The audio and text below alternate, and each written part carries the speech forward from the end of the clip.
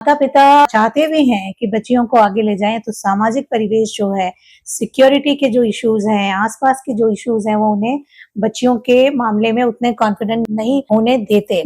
तो क्या हमारी ये जिम्मेदारी नहीं है कि इन नन्ही परियों को वो आसमान देने के लिए हम अपने समाज को थोड़ा सा और अच्छा बनाएं, सिक्योर बनाएं, ताकि कोई भी माता पिता ये सोच के किसी बच्ची को आगे बढ़ने से ना रोकें कि अकेले कैसे भेजेंगे, अकेले कैसे रहेगी। ये जिम्मेदारी हमारे समाज पे आती है। तो हमारी जिम्मेदारी है कि हम अपने आसपास के वातावरण को सिक्योर बनाएं और कम से कम इतना करें कि एक ऐसे बच्चे को हम अपने आसपास के अच्छा इंसान बनाने के लिए थोड़ी सी मेहनत करें, तो अपने आसपास अच्छे इंसानों की फौज तैयार कर सकते हैं, जिससे कि ये नन्ही परियां जब भी समाज में आएंगी तो उनके माता पिता डरेंगे नहीं। दूसरा, हम वंचना की बात से ये भी सीखते हैं कि यदि माता पिता आपके लिए कुछ बेहतर करना चाहते हैं तो उनकी बात मान के भी कई से रास्ते निकाले जा सकते हैं।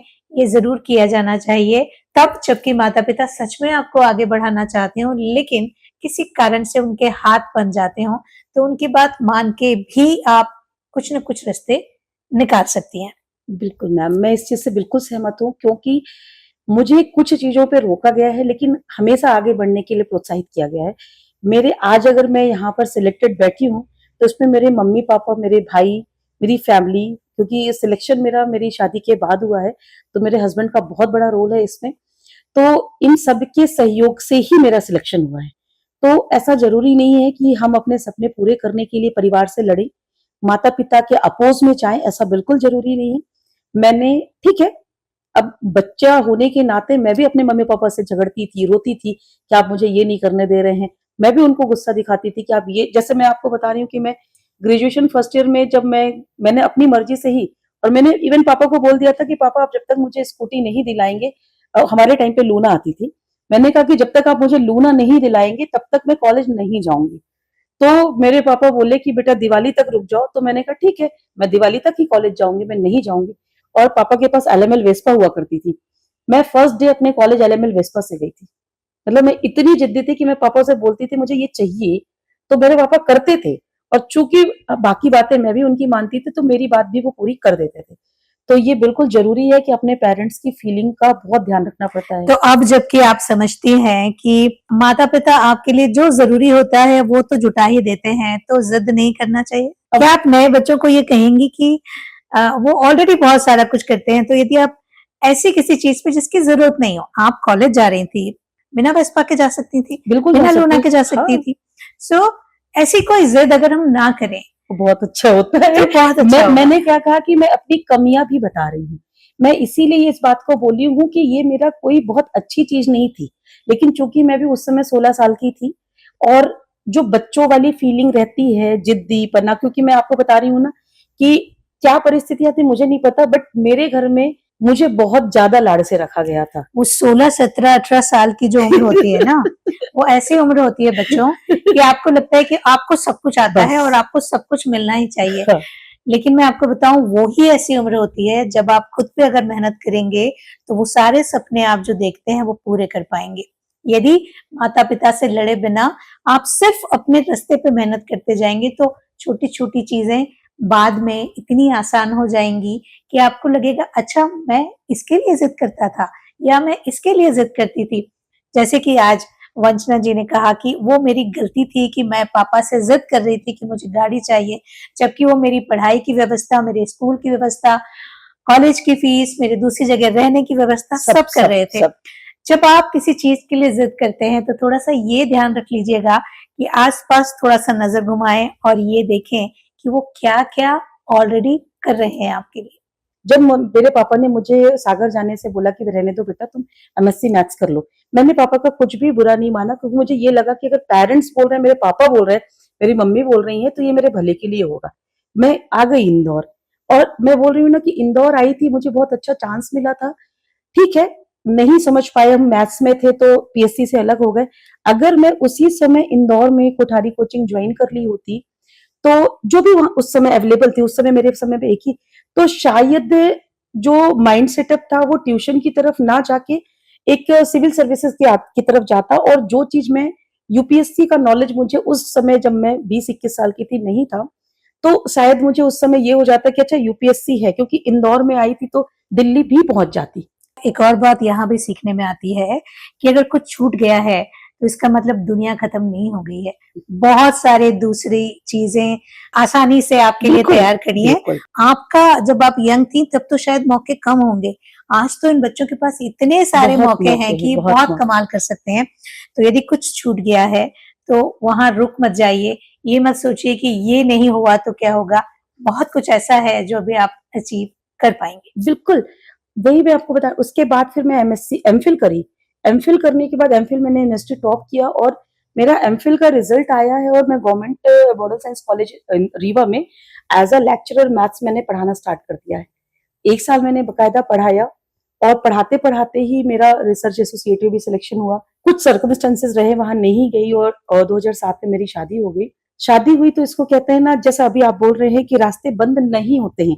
अगर मतलब मेरे एक बब्बा थे, स्वर्गवासी हो गए हैं, मेरे पापा के मामा जी। उनका एक डायलॉग था और वो मुझे हमेशा कहते थे कि बेटा किसी चीज़ को तुम दिल से चाहोगी ना, पूरी कायनात तुम्हें उस चीज़ को दिलाने में लग जाएगी। क्योंकि वो एक ऐसे बब्बा जी थे मेरे जिनको जो बहुत बड़ी पोस्ट से रिटायर हुए थे, बहुत पढ़े-लिखे, हमारे पूरे खानदान में सबसे ज़्यादा पढ़े-लिखे, सुलझे हुए व्यक्ति हुआ करते थे। तो जब भी कुछ होता था उनसे ही डिस्कस करती थी कि बब्बा ये हो गया।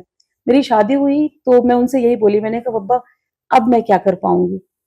तो बब्बा यही बोले कि बेटा अगर करना चाहोगे तो कुछ भी कर सकती हो। बहुत सारे एग्जाम्पल्स आपके सामने हैं और एक एग्जाम्पल यहाँ भी है कि शादी के बाद दुनिया खत्म नहीं होती। एक और नई दुनिया आपके साथ शुरू हो जाती है जहाँ चैलेंजेस तो बहुत होते हैं लेकिन उन चैलेंजेस का अपना मजा होता है और उनके साथ रह के भी आप कमाल कर सकते हैं। ये भी जानना जरूरी है कि क्या शादी के बाद चीजें वैसी रहती हैं, यदि हाँ तो क्या वैसी थी? देखिए शादी के बाद एक नई जर्नी स्टार्ट हुई, नए परिवार में हुई और मैं ये बोलूँगी कि ऐसा बिल्कुल भी नहीं है कि शादी हो गई है तो आपका करियर खत्म है, आपको और अच्छे चांस भी मिल जाते हैं। जैसे मैंने जब हस्बैंड को बताया कि मैं ये करना चाहती हूँ, तो जो कोचिंग और ये सारी चीज़ें बिफ़ोर मैरिज में नहीं जा पा रही थी, नहीं कर पा रही थी, मेरे हस्बैंड ने तुरंत एक बार में ही बोला कि ठीक है, आपको इलाहाबाद भेजते हैं, आप कोचिंग करिए, कितना टाइम लगेगा आपको? सारी चीज़ें उन्होंने अरेंज कर दी और मैं फिर इलाहाबाद यूपीएससी के, क्योंकि मेरे हस्बैंड ऑलरेडी यूपीएससी सिलेक्टेड थे, तो उनको उस चीज़ की बहुत नॉलेज भी थी और वैल्यू भी थी एजुकेशन की। तो उन्होंने तुरंत ही अपने घर में मम्मी लोगों से बात-वात करके मुझे कोचिंग करवाया और मैं यूपीएससी देना स्टार्ट करी। और साथ ही साथ कहते हैं ना कि मैथ्स से सोशियोलॉजी में आना, तो मेरा optional subject sociology and public administration था। सोशियोलॉजी मेरा काफ़ी स्ट्रॉन्ग था, तो मेरे जो गाइड थे, जो मुझे कोचिंग करा रहे थे श्री ओझा सर, उन्होंने बोला कि वंचना तुम एक बार नेट दे के देखो सोशियोलॉजी से। तो मैंने कहा सर मेरा तो एमए सोशियोलॉजी है ही नहीं, तो मैं नेट कैसे दूँ? बोले एक बार देखो बैठो अगर सोशियोलॉजी से नेट, क्योंकि मुझे ऐसा लग रहा है तुम्हारा निकल जाएगा। तो दिसंबर 2008 का मैं नेट एग्ज़ाम ऐसे ही देने चली गई थी केवल सर के कहने से और मेरा फर्स्ट अटेम्प्ट में क्लियर हो गया था। तो जब मेरा फर्स्ट अटेम्प्ट में क्लियर हुआ तो तुरंत फिर मैंने अपना मैथ्स के पीएचडी का रजिस्ट्रेशन कैंसल करवाया और सोशियोलॉजी का एमए और का फॉर्म भरा और सारा कुछ किया। फिर एमए कंप्लीट हुआ मेरा, तो फिर मैंने अगेन 2013 में फिर से दिया ताकि मेरा एक वैलिड रहे कि पता नहीं बिना एमए के मेरा 2008 का हो गया था। 2013 में मैंने अगेन नेट क्वालीफाई किया और फिर मैंने सोशियोलॉजी में ही पीएचडी कंप्लीट की। ये सारी कुछ चीज़ें जो रही हैं ये मेरे हस्बैंड के सपोर्ट की वजह से ही रही है। इधर मैं यूपीएससी भी दे रही थी, लेकिन अब फैमिली की बात होती है, शादी की बात होती है, तो फिर बेटी हो गई। अब 2010 में बेटी हो गई, उस समय फिर थोड़ा-सा ब्रेक लगा, लेकिन 2012 पीएससी जब आई, मेरी बेटी 2 साल की हो गई थी। मैंने अगेन 2012 में मैंने हस्बैंड से बस ऐसे ही बोला, मैंने कहा कि एक मन हो रहा है ट्राई करने का, कर लूँ क्या ट्राई? तो बोले कर लो और at that time I was pregnant actually. और मैं मायके आई थी, रीवा पोस्टेड थे मेरे पापा, तो मैं तीज में और रक्षाबंधन में मायके आई थी। तो उसी समय वैकेंसी आ गई, 5 अक्टूबर को वैकेंसी आई तो मन नहीं माना। मैंने हस्बैंड को बोला कि मैं एमपीपीएससी का फॉर्म भरना चाहती हूँ, तो बोले भर दो। तो मैंने कहा मैं फिर आऊँगी नहीं, मैं कोचिंग करूँगी। तो बोले कर लो। तो मैंने कहा ठीक है, जब हस्बैंड ने बोल दिया, मैंने पापा को बताया, मम्मी को, तो मम्मी-पापा बोले कि ठीक है, जब शैलेंद्र को कोई प्रॉब्लम नहीं है तो हमें क्या प्रॉब्लम है? तो मैंने कहा पापा बिटिया को तो आप ही लोगों को देखना पड़ेगा। तो मम्मी-पापा बोले बिल्कुल देखेंगे, कोई दिक्कत नहीं है। फिर मेरे मम्मी-पापा दोनों मेरी बेटी को संभालते थे। उस समय मेरी भाभी भी आ गई थी, वो भी क्या कहते हैं प्रेग्नेंट थी, तो इंदौर से मेरे भाई भाभी इंदौर रहते थे, वो रीवा आ गई थी। मेरी भाभी ने भी बहुत ध्यान रखा, अपनी प्रेगनेंसी के साथ-साथ मेरी बेटी का भी ध्यान रखा। इवन मैं यहाँ पे बोलूँगी, सब लोग बोलते हैं ना कि शादी के बाद पेरेंट्स ध्यान नहीं देते हैं, बट मैं आपको बताऊँगी कि कई बार ऐसा होता था कि भाभी की तबीयत की वजह से मम्मी और भाभी बाहर रहते थे, अगर कभी हॉस्पिटल में है, क्योंकि डिलीवरी का भी टाइम था। मेरे पापा मेरी बेटी को सँभालते थे, उसके नैपी साफ करते थे, सब करते थे। मेरे पापा ने कभी ये नहीं सोचा कि मेरी बेटी की शादी हो गई है तो अब मैं क्यों देखूं, क्या करूं। कुछ पाना है तो कुछ ना कुछ की, हर चीज की कीमत होती है। मेरे इस सिलेक्शन की कीमत, मेरा एक मिसकैरेज हुआ, जैसा कि मैंने बताया कि जब मैं अगस्त में आई थी रीवा, तो आई वॉज प्रेग्नेंट और मैं ऑटो से आया जाया करती थी कोचिंग। स्पीड ब्रेकर था, मेरा 3rd मंथ चल रहा था और ऑटो वाले बहुत तेज चलाते हैं, जबकि मतलब बुकिंग वाले रहते थे, फिर भी बहुत तेज चलाया और वो टर्निंग पे ही था स्पीड ब्रेकर ऊंचा वाला। तो जैसा ही वो जंप हुआ, मैंने उसी समय बोला, मैंने कहा सब गड़बड़ की है। और वाकई 2 दिन बाद हो गया, मिसकैरेज हो गया।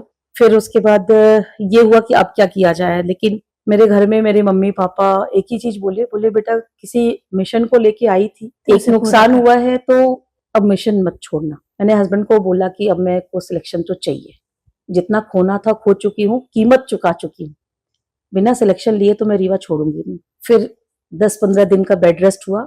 उसके बाद तुरंत मेरे पापा ने एक्टिवा खरीदी मेरे लिए, ताकि मुझे ऑटो से ना जाना आना पड़े। और मैंने बहुत पढ़ाई की, बहुत ज्यादा पढ़ाई की। मैं अपनी 2-2.5 साल की बेटी को अपने साथ नहीं सुलाती थी, मेरी मम्मी के साथ सोती थी, मैं पढ़ती थी। यही यही वो समय होता है जो अब याद आता है कि उस समय हमने कितनी मेहनत की थी। तो ये आप लोगों को जानना जरूरी इसलिए होता है क्योंकि आपको लगता है कि सब कुछ आसानी से मिलता है और जो लोग यहाँ तक पहुंचे हैं वो यूं ही पहुंच जाते हैं, यूं ही कुछ नहीं होता।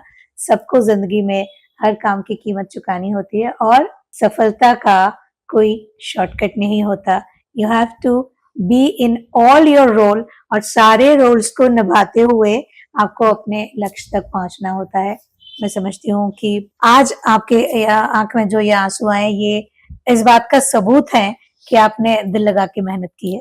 Finally I got post. पहली पोस्ट कहाँ मिली और क्या मिला? मेरी पहली पोस्टिंग सावेर हुई थी और सावेर में मैं वुमेन एम्पावरमेंट में ही काम कर रही थी, लाडली लक्ष्मी और ये सारी चीजें मेरी थी। मुझे प्रोजेक्ट पूरा सावेर का मिला था, तो मैं एज अ CDPO भी मैंने सावेर में सर्व किया था।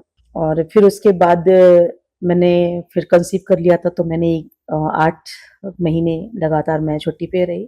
फिर उसके बाद जब मैंने ज्वाइन किया तो मुझे पोस्टिंग इंदौर मिल गई थी, क्योंकि बेबी छोटा था मेरा, तो एक रिक्वेस्ट पोस्टिंग थी। सो अब आपकी एक नन्ही परी तो वुमेन एम्पावरमेंट ऑफिसर बन गई।